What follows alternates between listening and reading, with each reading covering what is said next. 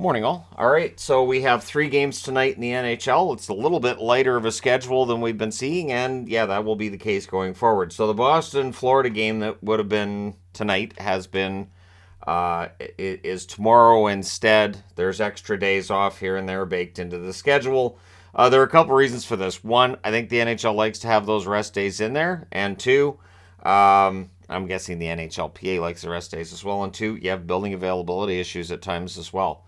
So, 7 Eastern, 4 Pacific, you have the New York Islanders and the Carolina Hurricanes. The Islanders need to put everything out there, and there is no tomorrow for them.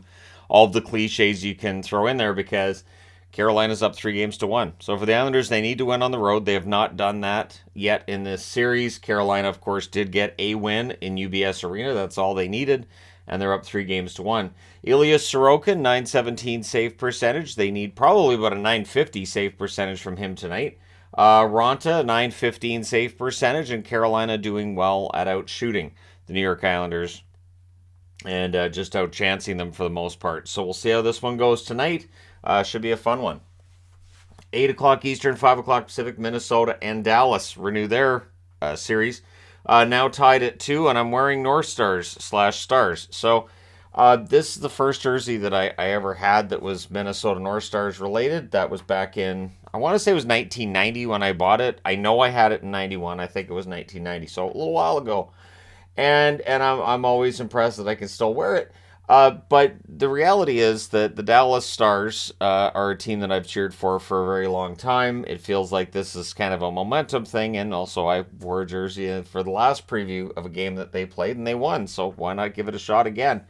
Joe Pavelski will not play for Dallas, but it feels like he's getting closer. He's still in concussion protocol, but he's been practicing with the team, so he is getting closer to a return. Maybe he'd be ready for a Game 6, right? So Minnesota's looking to win on the road.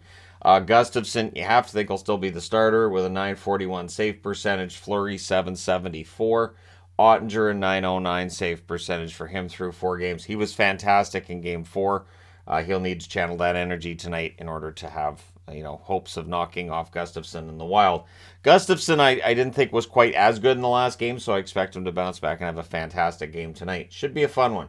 9:30 Eastern, 6:30 Pacific, the LA Kings and the Edmonton Oilers. So this one will have a lot of undivided attention from me, unless the Minnesota-Dallas game goes to overtime, which it could. But yeah, LA and Edmonton, series is tied at 2. Korpisalo, a 918 save percentage, has been very good. Skinner, 881 save percentage, and Campbell, he came in the last game at a 964. So the discussion is still out there who's going to start tonight. Everybody talking about a great guy Jack Campbell is, because Campbell's attitude is whatever decision they make, I'm fine with it, and also very vocally supportive of Skinner. And that's what you want to see with your goaltending tandem, right? Where they're just supporting each other. They're not really concerned about who's starting and who's the backup. So I do think the Oilers are in good shape to probably go ahead in this series tonight, but this has been a very unpredictable series.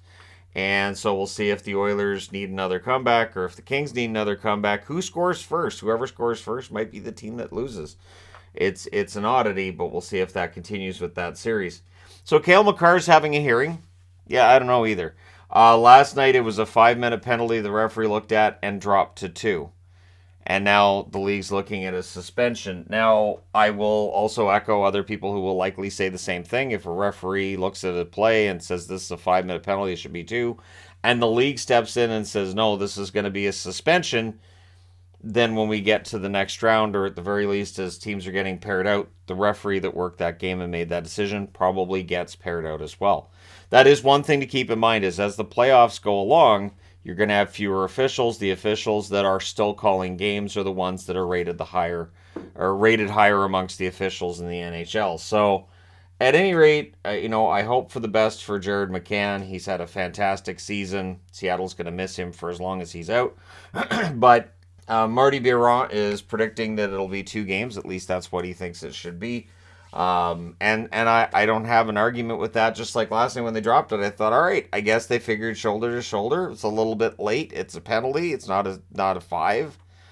Now it's a suspension. So again, I mentioned this in the video I did yesterday. Full transparency from the NHL would be great. Hopefully we get a detailed explanation here But again, it would be nice if there was explanations about ones they don't call. So if they did up a video in the morning of these are the hits we've seen the most comments on, this is why we didn't take action.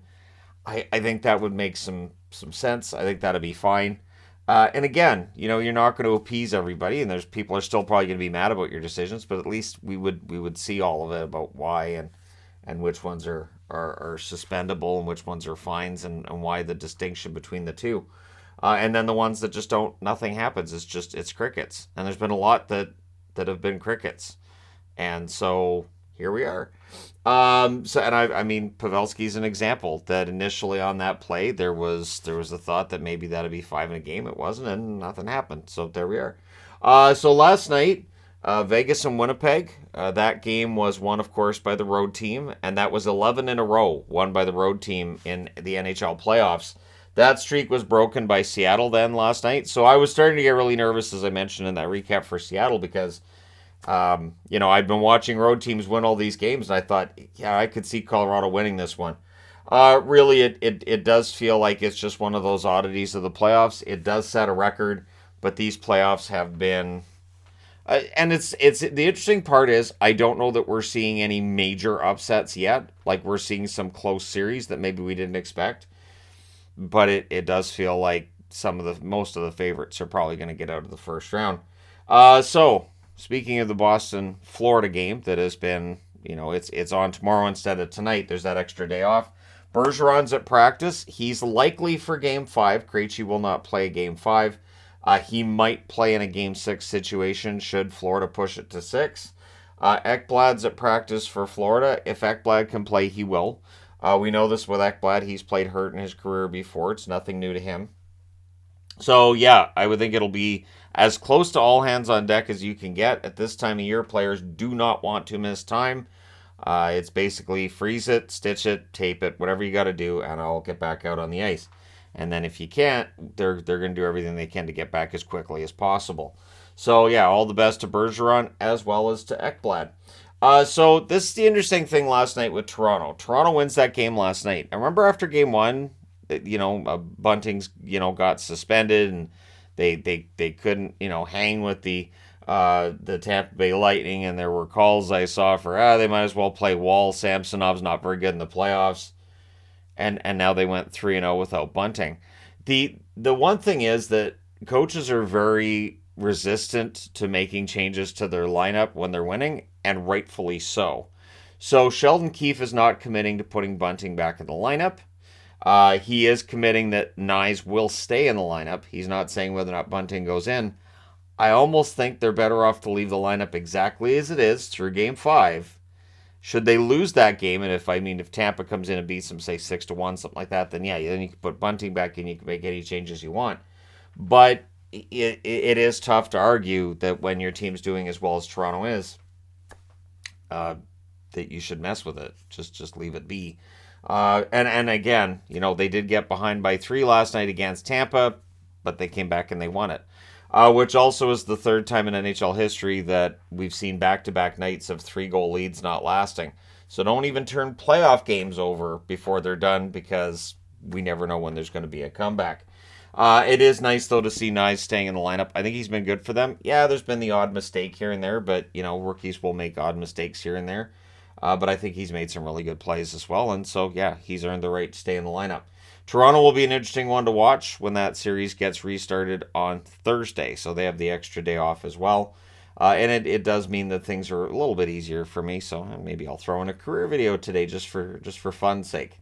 All right, let me know your thoughts in the comment section below. As always, how many games does Makar get? I'll go with Byron on this one, sure. Or Byron, B-Raw on this one, and say 2 games. So who am I to question Marty B-Raw on this one? All right, let me know your thoughts. Don't forget to hit like and subscribe if you're browsing your way through. You just happened upon this video. Thank you guys so much for watching, for all your support. I will talk to you again soon.